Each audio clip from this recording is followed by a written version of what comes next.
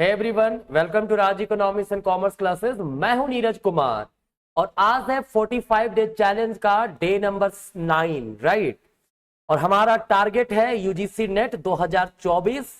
जो भी बच्चे इकोनॉमिक्स के हैं उनके लिए ये खास सीरीज चल रहा है, तो कृपया करके इस सीरीज में आने वाला किसी भी वीडियो को आप मिस ना करें, है ना।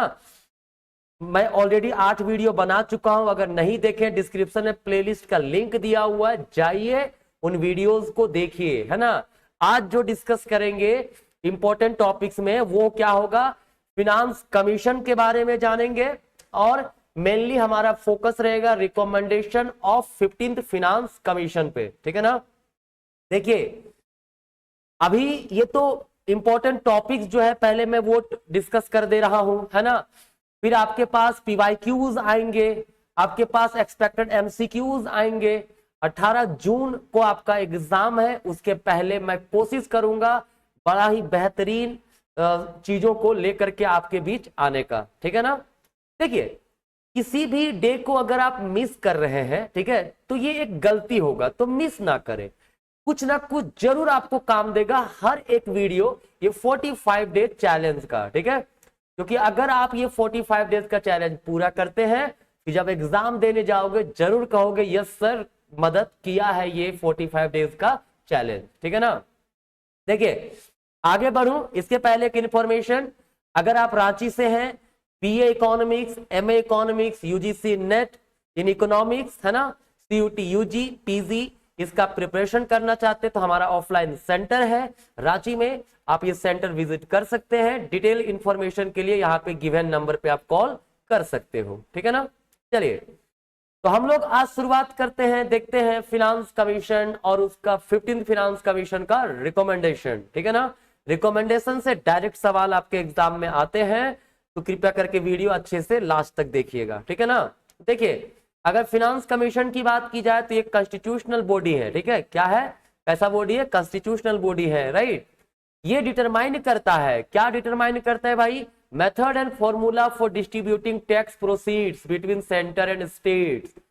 जो भी टैक्सेस कलेक्ट किया जाता है, जो भी टैक्सेस सेंटर इंपोज करता है, वो जो कलेक्शन होता है उसका कितना हिस्सा सेंटर रखेगा, कितना हिस्सा स्टेट के पास जाएगा, ठीक है, कितना ग्रांट्स स्टेट को दिया जाएगा स्टेट के द्वारा, इन सब को लेकर के ये फॉर्मूला देता है, मेथड जो है वो देता है, ठीक है ना। ध्यान रखिएगा फिनांस कमीशन रिकमेंडेशन देता है, जरूरी नहीं है कि जो गवर्नमेंट है वो उसे मानेगी ही मानेगी, लेकिन चूंकि ये बहुत ही ट्रस्ट लाइफ कमीशन है, कमेटी है, ठीक है, तो इसलिए इसके द्वारा जो भी रिकमेंडेशन दी जाती है जनरली गवर्नमेंट मान लेती है, ठीक है। कहता है under article 280 of Constitution of India, right? President of India required to constitute a finance commission at an interval of 5 years or earlier. 5 साल या उससे कम समय के लिए आर्टिकल 280 के तहत प्रेसिडेंट ऑफ इंडिया जो है वो फिनांस कमीशन का जो है उसका गठन किया जाता है। पहली बार फिनांस कमीशन 1951 में लाया गया था, ठीक है, जिसके चेयरमैन थे हमारे केसी नियोगी, ठीक है ना, तो ये याद रखिएगा। अब अगर कुछ हम लोग फिनांस रिलेटेड बात करें, याद रखिएगा आर्टिकल 270 डिस्कस करता है शेयरिंग ऑफ सेंट्रल टैक्सेस, जो सेंट्रल टैक्सेस होगा उसका शेयर कैसे करना है, ठीक है। आर्टिकल 275 कहता है grant in aid of revenues, ठीक है, मतलब कितना ग्रांट स्टेट वगैरह को क्या कैसे देना है वो ये डिटरमाइन कौन करेगा, ये डिटरमाइन करेगा फिनांस कमीशन। ये जो फिनांस कमीशन के पास ये पावर आता है, पावर कॉन्स्टिट्यूशन के आर्टिकल 280 से आता है, ठीक है। और आर्टिकल 280 जो है वो प्रोवाइड करता है main responsibility of finance commission, मतलब फिनांस कमीशन का क्या क्या रिस्पॉन्सिबिलिटीज होंगे, फिनांस कमीशन का जो गठन होगा वो आर्टिकल 280 के तहत दिया गया है, ठीक है ना। ध्यान रखिएगा सेंट्रल गवर्नमेंट जो होता है बहुत सारे टैक्सेस कलेक्ट करता है, ठीक है, जैसे income tax, corporate tax, custom duty, central GST वगैरह वगैरह, ठीक है। whereas it is the state which needs to provide a huge amount of services to the public। कहता है सिंपल सी बात है, ठीक है, सेंट्रल गवर्नमेंट इनकम टैक्स लगाती है, कॉर्पोरेट टैक्स लगाती है, कस्टम ड्यूटी लगाती है, सेंट्रल जीएसटी लगाती है, ठीक है, लगा सेंट्रल गवर्नमेंट रही है, लेकिन जो स्टेट गवर्नमेंट है वो काफी सारे सर्विसेज देता है लोगों को, ठीक है। तो भाई सवाल ये है कि जो पैसा कलेक्ट होगा कंप्लीट रूप से सेंट्रल गवर्नमेंट नहीं ना रख लेगा अपने पास, तो ये रिस्पॉन्सिबिलिटी होता है कि सेंटर जो भी कलेक्शन करता है वो स्टेट को भी दे, स्टेट को भी उसमें कुछ शेयर दे, ठीक है। और ये शेयर का जो डिवीजन है वो किसके द्वारा किया जाता है, फिनांस कमीशन के द्वारा। क्लियर है। ध्यान रखिएगा 2000 के पहले अगर बात करें, बिफोर 2000, ठीक है, क्या था, केवल इनकम टैक्स और union excise and certain duties था, वही शेयर किया जाता था किसके साथ, स्टेट के साथ। क्लियर। बट कॉन्स्टिट्यूशनल अमेंडमेंट हुआ 2000 में, जिसमें अलाउ किया all the central taxes to be shared with the state. ध्यान रखने वाली बात है, बिफोर 2000 सिर्फ income tax, union excise duty और कुछ कुछ ड्यूटीज थे जिसे ही सिर्फ शेयर किया जाता था स्टेट के साथ। लेकिन कॉन्स्टिट्यूशनल अमेंडमेंट हुआ, ठीक है, कब, 2000 में, और वहां पे क्या किया गया, जितने भी सेंट्रल टैक्सेस हैं उसे दिया जाने की बात, मतलब उसे शेयर किए जाने की बात कही गई विथ द स्टेट, ठीक है ना। ध्यान रखिएगा ये जो टैक्स शेयरिंग जो है ये क्यों किया जाता है, ताकि जो वर्टिकल एंड हॉरिजॉन्टल इम्बैलेंसेस है, ठीक है ना, क्या है, वर्टिकल मतलब सेंटर से स्टेट के बीच में जो इम्बैलेंसेस है, स्टेट टू स्टेट के बीच जो इम्बैलेंसेस है, उन इम्बैलेंसेस को दूर करने के लिए, है ना, ये दिया जाता है, टैक्स शेयरिंग किया जाता है, ठीक है ना। ध्यान रखिएगा कोई स्टेट ऐसा है जो काफी पिछड़ा हुआ है, कोई स्टेट ऐसा जो काफी रिच है, तो भाई जो पिछड़ा हुआ राज्य है उसे गवर्नमेंट का हेल्प का नीड है। अगर जो भी टैक्सेस कलेक्ट हुआ सारा सेंट्रल गवर्नमेंट रख लिया तो वो स्टेट कैसे चलेगा, वहां पे लोगों का वेलफेयर का वर्क कैसे होगा, ये सब नहीं हो पाएगा ना। क्लियर है। तो ये जो चीजें हैं, ठीक है, ध्यान रखिएगा, इसके लिए ये जो इम्बैलेंसेस है उसी को दूर करने के लिए, वो जो अराइज होता है टैक्स का पावर के कारण जो इम्बैलेंसेस अराइज होता है उसको रिड्यूस करने के लिए, है ना, टैक्स शेयरिंग का काम किया जाता है, ठीक है ना, कोई दिक्कत नहीं है। तो ये बेसिक था हमारा फिनांस कमीशन का मतलब, ठीक है।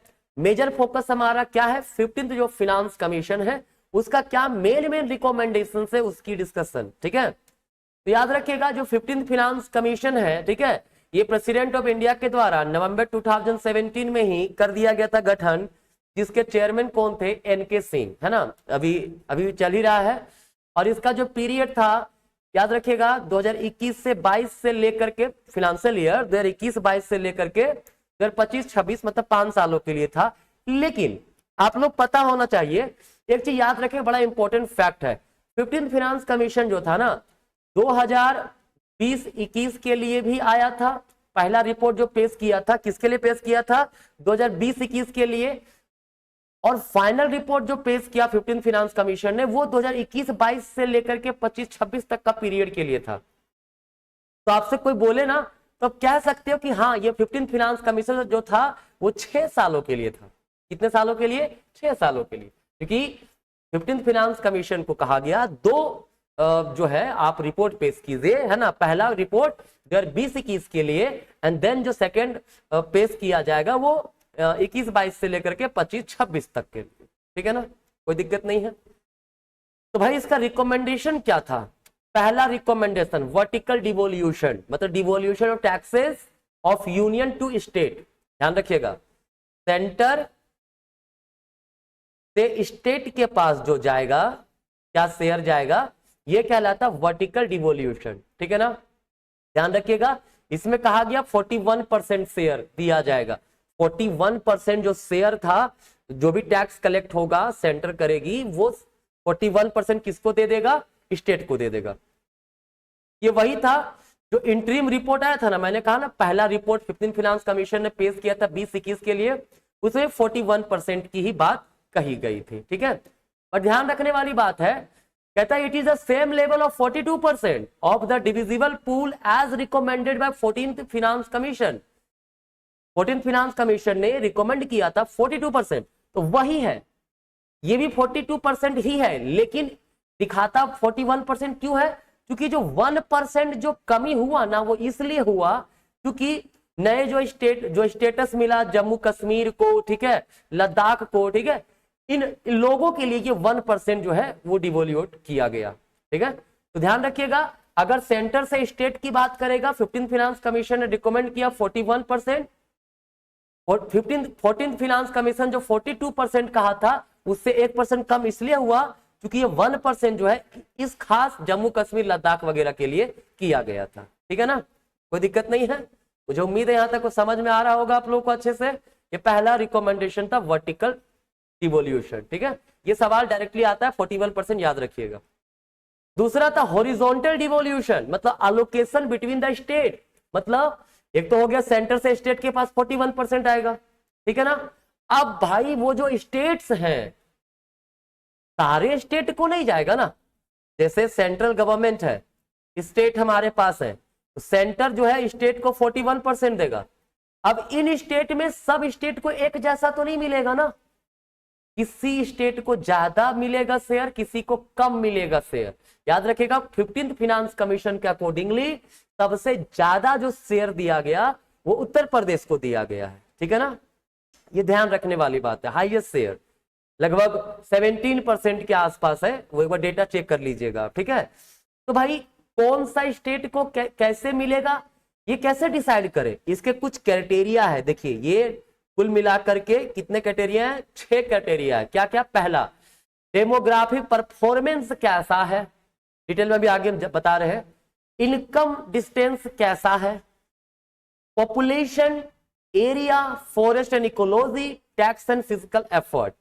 डेमोग्राफिक परफॉर्मेंस को वेटेज दिया गया 12.5%, इसको इनकम को 45%, पॉपुलेशन को 15%, एरिया को 15%, फॉरेस्ट एंड इकोलॉजी को 10%, टैक्स एंड फिजिकल एफर्ट को 2.5%। ठीक है, ये याद रखिएगा। डायरेक्ट सवाल पूछ देता है कि इनकम डिस्टेंस को कितना वेटेज दिया गया है ना, पॉपुलेशन को कितना वेटेज दिया गया, एरिया को कितना वेटेज दिया गया according to 15th finance commission. Clear, थोड़ा कंपेयर कर लेते हैं 14th और 15th फाइनेंस कमीशन से।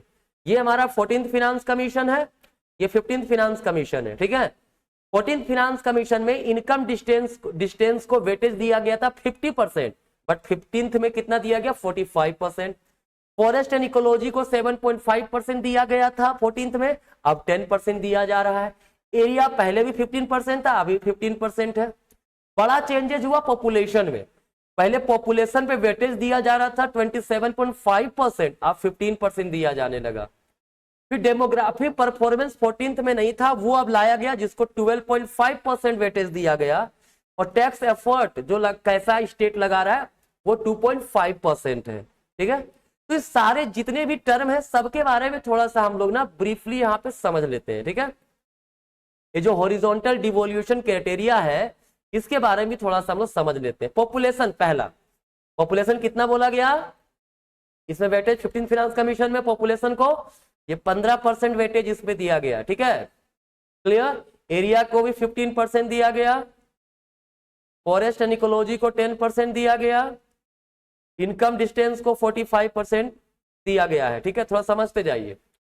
कहता है देखो ज्यादा जिस स्टेट का पॉपुलेशन ज्यादा होगा, सिंपल सी बात है, वहां पे पूरा rule, law and order, administration के लिए भी खर्च ज्यादा लगेगा, ज्यादा एफर्ट लगाना पड़ेगा, तो उसे पैसे की आवश्यकता ज्यादा पड़ती है। मतलब higher population higher tax share. ठीक है, एरिया की बात करें, larger area larger expenditure requirement होगा, तो जितना बड़ा एरिया उतना ज्यादा ही वहां पे टैक्स का शेयर दिया जाएगा। ठीक है, फॉरेस्ट एंड इकोलॉजी, इसमें कहा गया कि जो डेंस फॉरेस्ट है हर स्टेट का, वो एग्रीगेट डेंस मतलब कितना है फॉरेस्ट का, ठीक है, उसके अकॉर्डिंगली भी दिया जाएगा। क्लियर, जो स्टेट अच्छा डेंस फॉरेस्ट वाला एरिया है वहां का मतलब क्या है, वहां पे लोग इकोलॉजी वगैरह पे ध्यान देते हैं, फोकस करते हैं, सरकार उन लोग को प्रमोट भी करती है। ठीक है, इनकम डिस्टेंस, इस इनकम डिस्टेंस का सीधा सीधी अर्थ समझिए, बड़ा इंपॉर्टेंट चीज है।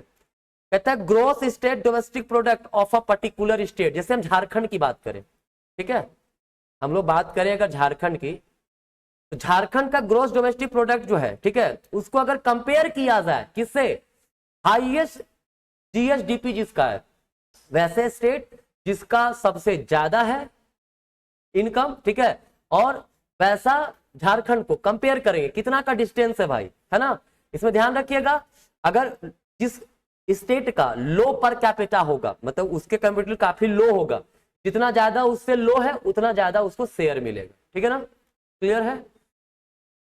फिर है डेमोग्राफी परफॉर्मेंस, कहता है ना ये एक रिवार्ड है किसके लिए, effort made in controlling their population. अगर कोई स्टेट अपने पॉपुलेशन को कंट्रोल करने के लिए एफर्ट लगा रहा है और वो एफर्ट कारगर है तो उसको ज्यादा शेयर दिया जाता है, ठीक है, क्लियर।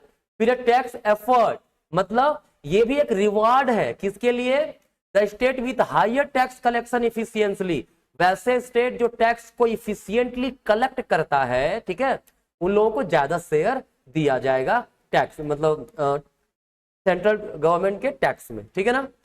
तो ये क्राइटेरिया है हमारे 6 क्राइटेरिया, ये याद रखिएगा, सबका परसेंटेज भी याद रखिएगा आप लोग, ठीक है। बस हॉरिजॉन्टल डिवोल्यूशन का मतलब क्या होता है, वर्टिकल डिवोल्यूशन का मतलब क्या होता है, इस चीज को भी थोड़ा याद रखिएगा, कोई दिक्कत नहीं है।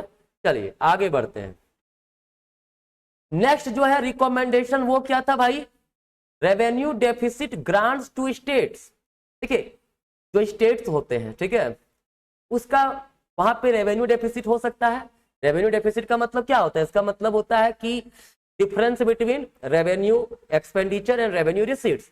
अगर रेवेन्यू एक्सपेंडिचर ज्यादा है, रेवेन्यू रिसीट्स कम है, तो रेवेन्यू डेफिसिट हुआ, क्लियर है। तो कहता है hit has recommended post devolution, devolution जो था टैक्स डिवोल्यूशन, उसके बाद उसके अलावा जो मैंने भी डिस्कस किया था ना कि वर्टिकल में 41% स्टेट के पास शेयर जाएगा, ठीक है, और कौन सा स्टेट को कितना मिलेगा वो हॉरिजॉन्टल में देखा।